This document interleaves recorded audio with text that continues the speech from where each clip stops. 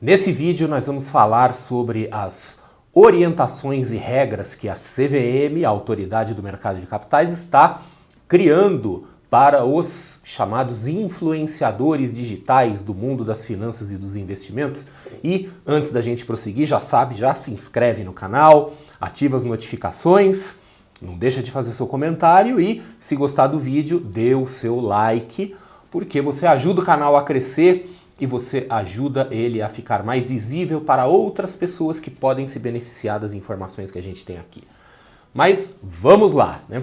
Então, foi publicada recentemente, mais especificamente no dia 11 de novembro de 2020, o ofício circular número 13 da CVM, em que a CVM se posiciona em relação aos chamados influenciadores digitais.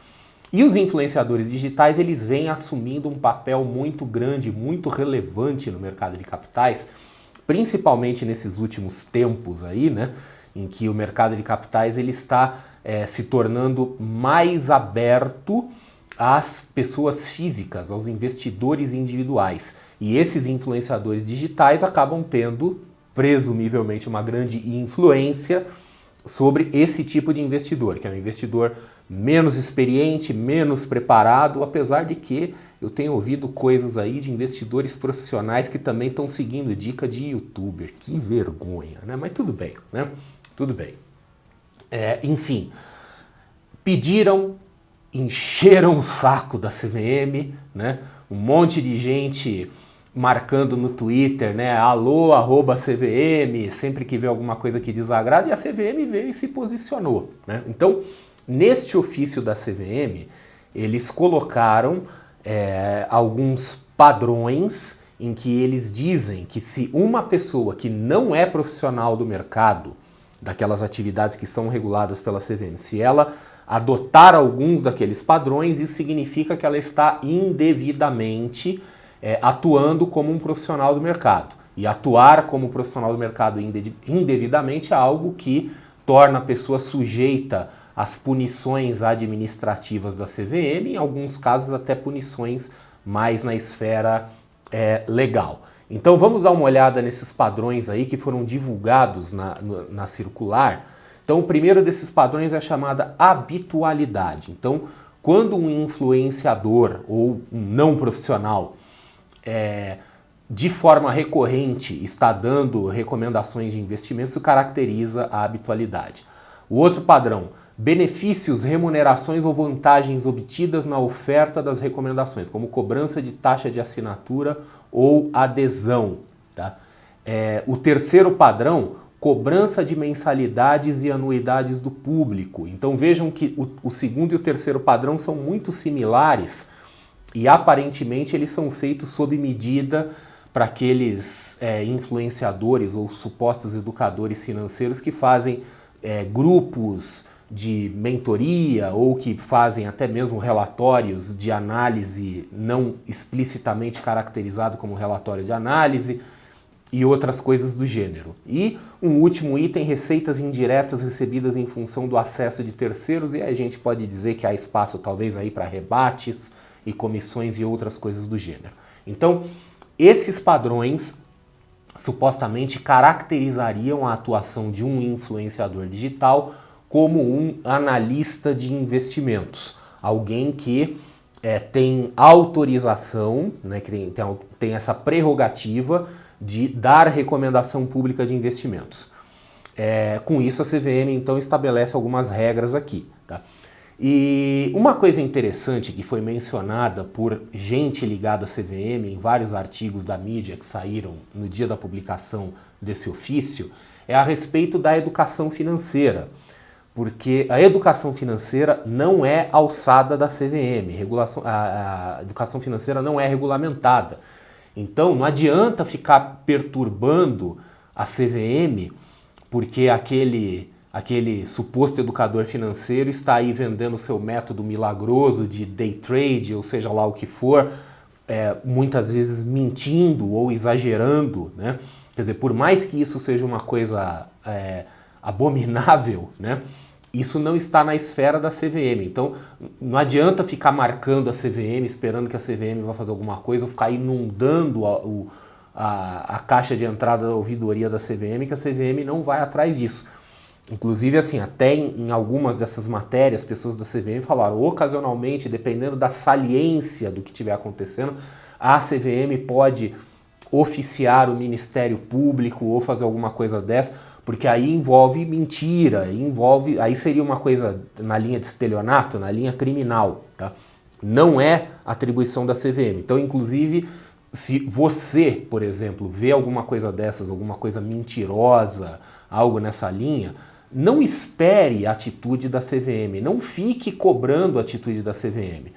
Faça alguma outra coisa, conversa com o Ministério Público, sei lá, quer dizer, faça aí uma queixa criminal, né? E depois sustenta a sua queixa criminal, né? Quer dizer, não fica simplesmente só esbravejando aí pelas mídias sociais. Faça alguma coisa concreta e faça pelo lado certo.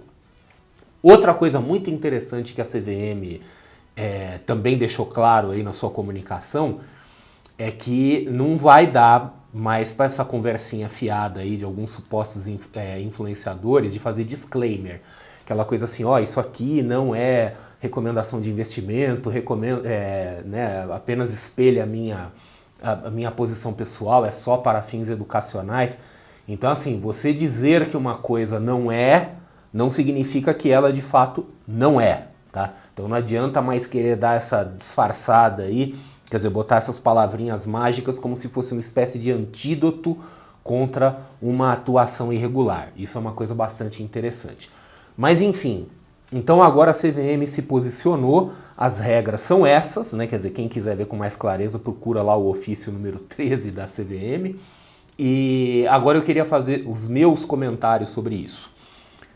Na minha visão, eu acredito que a atuação da CVM com relação a esses influenciadores, ela não deve ficar mais agressiva. Ao contrário do que algumas pessoas imaginam, eu não acho que vai haver uma caça às bruxas. Pelo contrário, eu acho que a CVM ela está mesmo demarcando o território e falando, olha, isso aqui é problema nosso, isso aqui não é problema nosso. E o que eu imagino, né, o que eu interpreto por conta das ações recentes da CVM, é que a CVM ela está aparentemente adotando uma postura mais liberal, mais flexível, talvez até mesmo refletindo o crescimento do mercado financeiro brasileiro e como coisas como a gente viu recentemente, assim, a liberação de BDRs não patrocinados para pessoas físicas, quer dizer, parece que a CVM agora está com uma orientação menos paternalista, menos aquela ideia de que tem que pegar o investidor pela mãozinha e orientar, né? Quer dizer, sempre proteger o investidor das suas próprias decisões. O que é uma coisa louvável, né? Quer dizer, as pessoas precisam ser um pouco responsáveis pelas suas próprias decisões. Mas tem um outro fator também, que é o seguinte.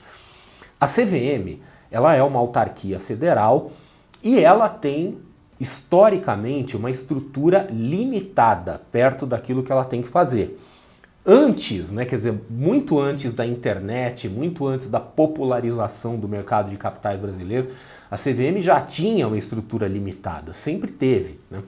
E agora essas limitações estão se tornando mais evidentes, porque o mercado está crescendo, estão vindo novas empresas, estão vindo novas instituições financeiras, novas corretoras, novas gestoras de investimento, novas casas de análise, novos agentes autônomos de investimento, novos investidores.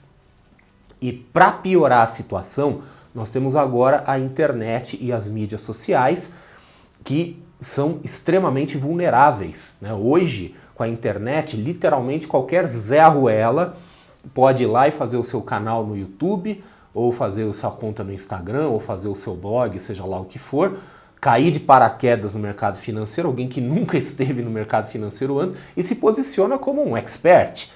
Então fala, eu sou o guru das finanças, eu sou o ninja dos investimentos, o mago do trading, né? Quer dizer, hoje com a internet qualquer um pode atribuir um título a si próprio. Então se torna virtualmente impossível fiscalizar tudo isso, né? Não tem como fiscalizar a internet inteira. Então isso talvez seja uma sinalização de que a gente deve esperar não mais agressividade da CVM na fiscalização, mas talvez menos, tá? O que significa que cada vez mais a responsabilidade das decisões vai ficar nas mãos do próprio investidor. Então é aquela coisa, você investidor que já é experiente ou que está começando agora, se eduque, aprenda, estude, porque você vai ter que ser mais responsável pelas suas decisões. Você não pode agora entrar na conversa, né, no conto do vigário e depois ficar esperando que a CVM vá te salvar. O que, aliás, é uma coisa até meio ridícula, né? A gente vê muitas pessoas aí nas mídias sociais que gostam de fazer aquele discurso na linha mais libertária, não, porque o governo não serve para nada e não sei o quê, porque tem que liberar tudo, né? Vamos aí para uma linha totalmente libertária. Mas na hora que o calo aperta para eles, aí eles vão pedir ajuda do governo. Aí começa aquela choradeira, e a CVM tem que fazer alguma coisa, né? Que vai tomar vergonha na cara, né? Então, a gente deve esperar talvez menos agressividade na CVM. Quer dizer, tem gente que está achando que vai rolar uma caça às bruxas aí. Eu tenho uma percepção, posso estar redondamente enganado, mas eu tenho uma percepção de que vai ser o oposto disso, tá? De que a tendência agora é a coisa ficar mais flexível, como é flexível nas economias mais desenvolvidas. A CVM ela tem a mão bastante pesada, se a gente for comparar com outras autoridades de outras economias. Tá? Então é aquela coisa assim que talvez isso seja um reflexo de uma nova realidade em que a CVM, quer dizer, não só vai adotar essa postura, tá? Hipoteticamente essa postura mais liberal, mas ela tem que também otimizar os recursos dela, né? Não pode ficar aí perseguindo ladrão de galinhas, né? Porque o sujeito que está aí vendendo curso picareta, se você for considerar ele em relação ao resto do mercado, ele é um ladrão de galinhas. Tem coisa mais importante para fazer do que ficar protegendo investidor que acredita nessas coisas, né? Então, às vezes, até é interessante que o sujeito apanhe um pouquinho para ver se aprende pela dor, né? Então, obviamente, tudo isso que eu falei nessa parte, isso reflete opinião, né? Quer dizer, não há nenhum posicionamento oficial da CVM quanto a isso. Pelo contrário, se alguém perguntar para eles, eu vou dizer, não, tá tudo errado, a gente continua ali vigilante, firme, etc.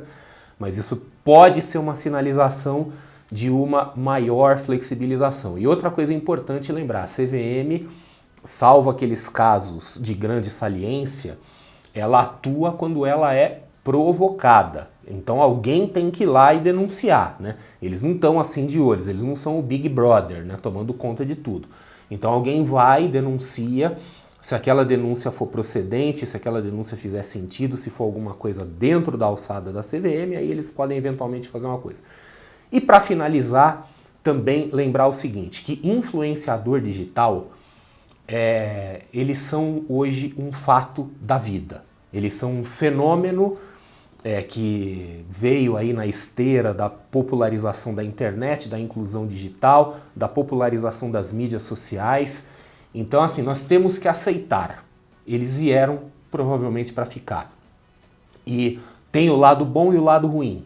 Então, o lado bom é que eles se comunicam talvez de forma mais direta com seu público, né? Alguns podem ter um papel muito positivo aí, e outros, né, podem fazer isso, podem fazer o contrário, tá?